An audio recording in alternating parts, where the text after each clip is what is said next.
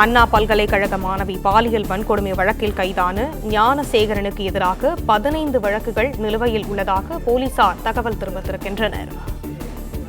இதை பற்றின மேலும் விவரங்களை எமது செய்தியாளர் கதிரவன் வழங்க கேட்கலாம். கதிரவன், வணக்கம். விவரங்கள் என்ன பகிரலாம்? இன்று இருக்கக்கூடிய அண்ணா பல்கலைக்கழக வளாகத்துல மாணவி ஒருவர் பாலியல் துன்பத்திற்கு உள்ளாக்கப்பட்ட சம்பவத்துல கோட்டூர்புரம் பகுதியை சேர்ந்த ஞானசேகரன் என்பவர் கைது செய்யப்பட்டிருக்கிறார். அதிகாரப்பூர்வமாக சற்று நேரத்துக்கு முன்பாக போலீசார் இந்த தகவலை வெளியிட்டிருந்தார்கள். காலை முதலே இவரிடம் விசாரணைகள் மேற்கொள்ளப்பட்ட போது அவரது செல்போன் பதிவுல பல்வேறு வீடியோக்கள், அதாவது பெண்கள் தனிமையில் இருக்கக்கூடிய வீடியோக்களை பதிவு செய்திருப்பதும், தொடர் விசாரணையில தனது குற்றத்தை ஒப்புக்கொண்டதன் அடிப்படையில இவர் கைது செய்யப்பட்டிருப்பதாகவும் காவல்துறை சார்பாக தெரிவிக்கப்பட்டிருக்கிறது. தொடர் விசாரணையில ஞானசேகரன் மீது 15க்கும் மேற்பட்ட திருட்டு மற்றும் வழிப்பறி வழக்குகள் விசாரணையில் இருப்பதும் தெரிய வந்திருக்கிறது. குறிப்பாக கோட்டூர்புரம் காவல் நிலையத்தில் 8க்கும் மேற்பட்ட குற்ற வழக்குகளும், அதே போல மயிலாப்பூர், வேளச்சேரி, மந்தவெளி உள்ளிட்ட பகுதிகளில் தொடர் வழக்குகள் இருப்பதும் விசாரணையில் தெரிய வந்திருக்கிறது. இவர் சம்பவம் நடைபெற்ற அண்ணா பல்கலைக்கழக வளாகத்திற்கும் அருகே கோட்டூர்புரம் மண்டபம் தெரு என்ற பகுதியில் நடைபாதையில் பிரியாணி கடை நடத்தி வருவதும் போலீசார் விசாரணையில் தெரிய வந்திருக்கிறது.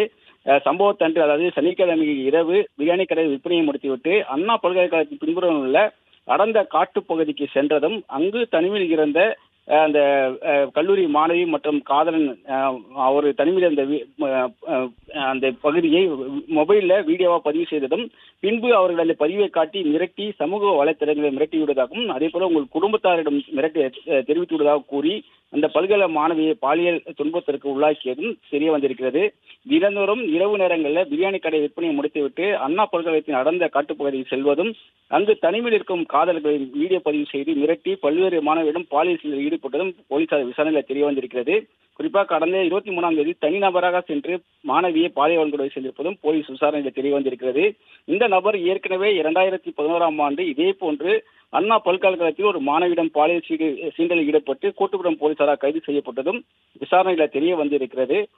சம்பவ இடத்திற்கும் இவருடைய பிரியாணி கடைக்கும் சுமார் 500 மீட்டர் தூரம், அதாவது அண்ணா பல்கலைக்கழக வளாகத்திற்கும் இவரது பிரியாணி கடைக்கும் 500 மீட்டர் தூரமே இருப்பதனால பாதுகாப்பை மீறி இவர் தொடர்ச்சியாக உள்ளே சென்று தனிமையில் இருக்கக்கூடிய காதலர்களை வீடியோ பதிவு செய்து வீடியோவாக பல்வேறு வீடியோக்களாக அந்த செல்போனில் வைத்திருப்பதையும் அதனையும் ஆதாரமாக போலீசார் திரட்டி இருப்பதும் போலீஸ் விசாரணையில தெரிய வந்திருக்கிறது.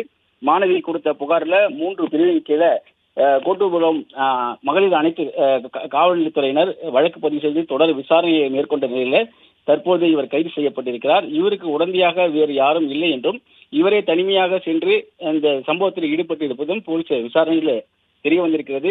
தொடர்ந்து பாதுகாப்பை உறுதி செய்யப்பட வேண்டும் என்ற ஒரு கோரிக்கையும், அதாவது பாதுகாப்பை மீறி உள்ளே சென்று இது போன்ற ஒரு சம்பவத்தில் ஈடுபட்டு தொடர்ச்சியாக இது போன்ற செயல்களில் ஈடுபட்டு வந்ததும் தற்போது தெரிய வந்திருப்பதனால பாதுகாப்பை உறுதிப்படுத்தப்பட வேண்டும் என்ற ஒரு கோரிக்கையும் வலுத்திருக்கிறது.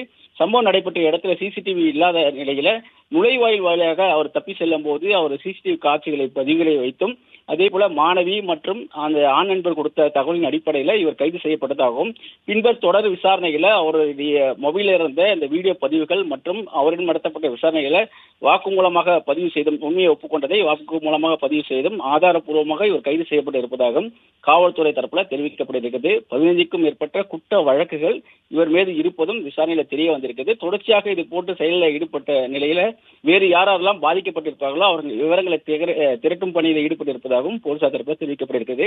ஞானசேகரன் தொடர்ச்சியாக இது போன்ற செயலில் ஈடுபட்டிருப்பதும் குற்ற வழக்குகளில் தொடர்புடையது என்பதும் போலீஸ் விசாரணையில் தெரிய வந்திருப்பதாக காவல்துறை தரப்பில் தெரிவிக்கப்பட்டிருக்கிறது.